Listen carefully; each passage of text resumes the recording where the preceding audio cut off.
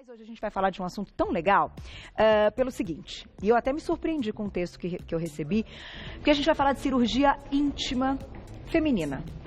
E sabia que o Brasil tá ali, ó, no topo pela procura desta cirurgia que tem resgatado a autoestima de muitas mulheres. Então a gente convidou mais uma vez o cirurgião plástico, Dr. Marcos Cassol. Bem-vindo, meu querido. Olá, Carol. Tudo bem? Um prazer estar aqui novamente. Um prazer te receber.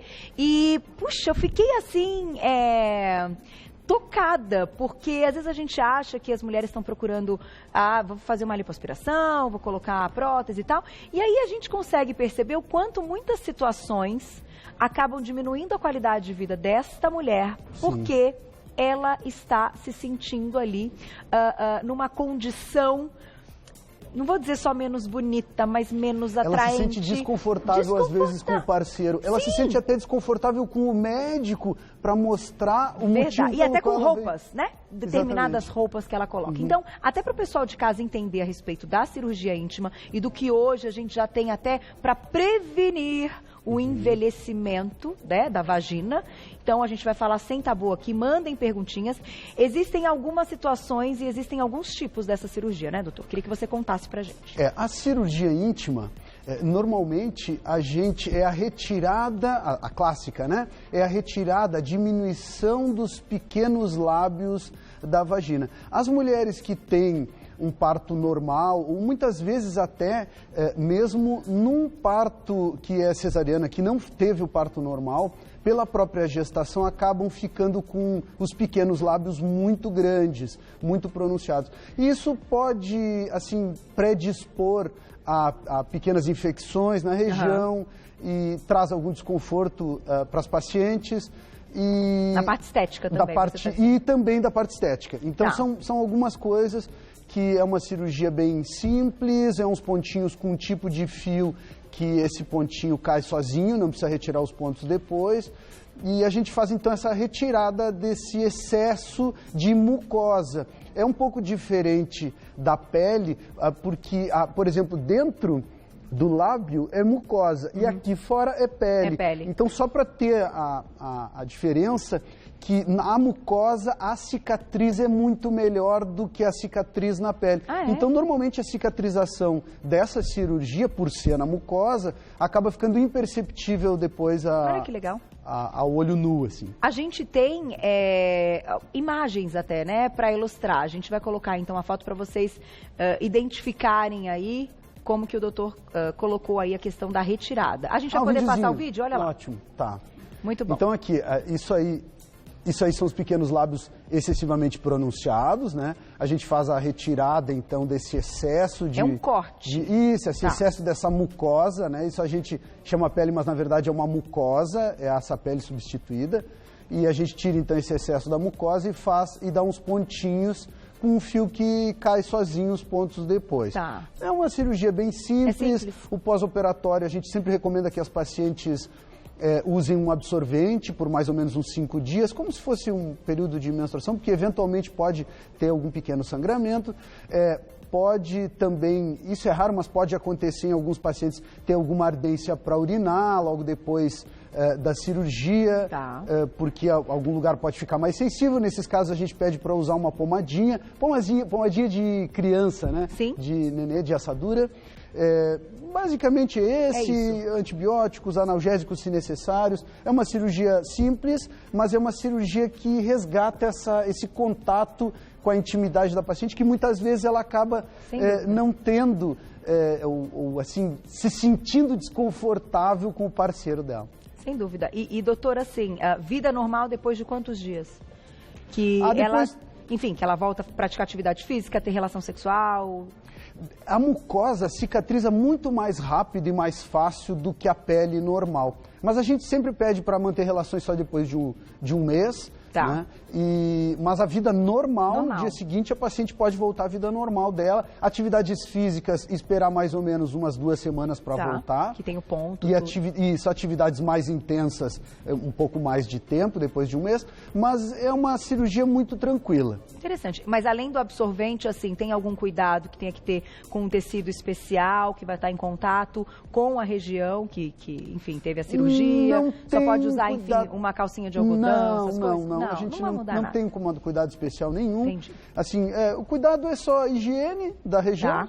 Né? E eventualmente pode acontecer pequenos sangramentos, então a gente pede que use um absorvente. Então aí, o que a gente vai colocar para vocês? Olha só que interessante, a gente está falando exatamente desse resgate feminino, que é algo super importante. E nós não estamos falando de mulheres, muitas vezes, que chegaram aí a X idade, que isso não tem a ver, né? Esse envelhecimento... Tem pacientes muito jovens que têm os pequenos lábios muito pronunciados. Também, naturalmente. Exatamente. E depois, às vezes, o parto normal, como você comentou. Isso. Então, isso, gente, é um assunto para todo mundo. E aí a gente foi ouvir a ginecologista e obstetra, doutora Heloísa Brudniewski, eu acho que é assim que é a pronúncia do sobrenome dela. Vamos ver o que ela tem a dizer do assunto, olha lá. Essa cirurgia, ela é realizada na parte vaginal ou vulvar e ela tem algumas indicações. Uma cirurgia muito perguntada no consultório, que a gente fala muito, é a cirurgia dos pequenos lábios. Em geral, ela é indicada para aquelas mulheres que têm ou assimetria dos pequenos lábios, quer dizer, um lado é muito maior que o outro, ou quando os pequenos lábios cresceram muito e ela tem aqueles pequenos lábios muito grandes. Isso incomoda na relação, elas ficam incomodadas com a parte íntima e acaba atrapalhando muito a vida sexual da mulher. Essa cirurgia é indicada quando a mulher tem queixa, quando ela não tem, não há problema, não precisa necessariamente ser feita. Mas quando isso atrapalha, ela tem um bom resultado, trazendo muita satisfação para as mulheres. Na verdade, essas cirurgias trazem muitos benefícios para as mulheres, elas se sentem muito melhor, mas ela só tem que ser muito bem indicada para que tenha o mínimo de complicação possível e realizada por médicos que tenham bastante experiência no assunto. Se for dessa forma, vai ser muito bom para a mulher que tem essa indicação, ela vai se sentir muito melhor, tá bom? Um beijo, tchau, tchau. Obrigada, doutora. Eu vou deixar para vocês um contato, @doutoraabreviado.Heloísa com H, e eu vou soletrar o sobrenome. BRUDNIEWSKI. Então, doutora.Heloísa Brudniewski, para quem quiser falar mais desse de outros problemas. Aliás, falando em feriado, amanhã, feriado, deixamos um programa Não, vocês não sabem. O programa está espetacular amanhã, 100% inédito. Inédito. Vocês vão amar. Não dá para perder, doutor.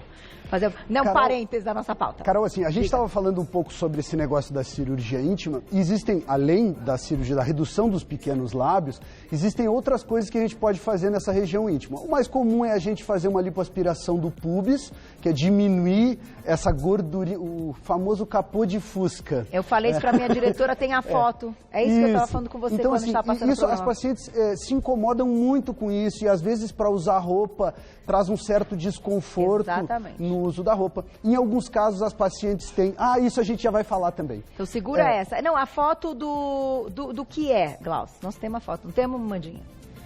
É a outra foto que está aí.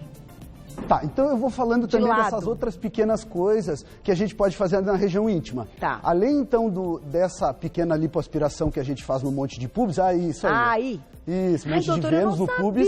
A gente reduz. Retira. Exato. E também pode acontecer isso, Carol, em algumas pacientes que têm os grandes lábios muito pronunciados. Tá. As pacientes mais velhas acabam tendo uma certa atrofia dessa região. E aí a gente faz, então, um preenchimento dos grandes lábios. Também. Fica muito atrofiada, as pacientes muito magrinhas. E junto com a atrofia dessa região perigenital, também pode acontecer a atrofia da mucosa vaginal. Aquele ressecamento, as pacientes têm desconforto quando vão ter ato sexual. E uma das coisas que, às vezes, incontinência urinária, pode ser acompanhado disso também. E uma forma da gente melhorar tudo isso é essa foto que a gente tinha mostrado antes. Olha lá.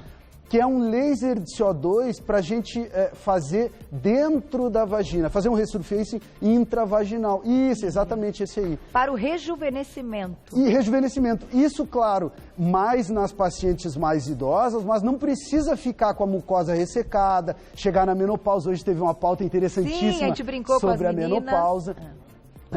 Mas assim, não precisa chegar nesse extremo antes da mucosa não ter, antes dela ter essa atrofia importante, já pode acontecer estímulo usando esse probe, essa ponteira, é um laser de CO2, é um procedimento super simples. Para prevenir. Para prevenir antes que ocorra uma atrofia importante dessa mucosa. Vamos mostrar o que você trouxe, doutor? A gente tem o quê?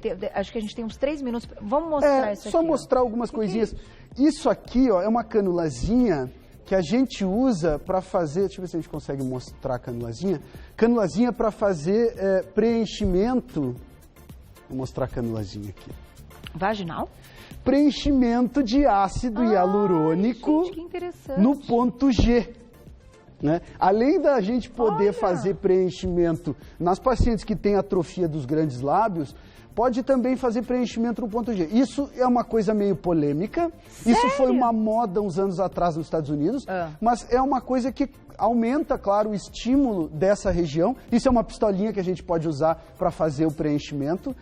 Os preenchimentos vaginais são preenchimentos mais profundos. Às vezes, a gente, para alcançar com a seringa normal, é mais difícil. Difícil, interessantíssimo. Mas por que polêmico, doutor? Em que sentido? A gente tem 1 minuto e 30. Assim, porque o ponto G, o aumento, mexer nessa região, que já é uma região sensível, aquela região rugosa anterior da vagina, é uma região que pode ter alteração da sensibilidade com o preenchimento. Então pode ficar com hiperestímulo, hiperestimulada depois. Então, mas para as mulheres que têm a queixa de não conseguirem de prazer, da sensibilidade, isso é uma alternativa. É uma alternativa. Olha que interessante, gente. Olha que bacana.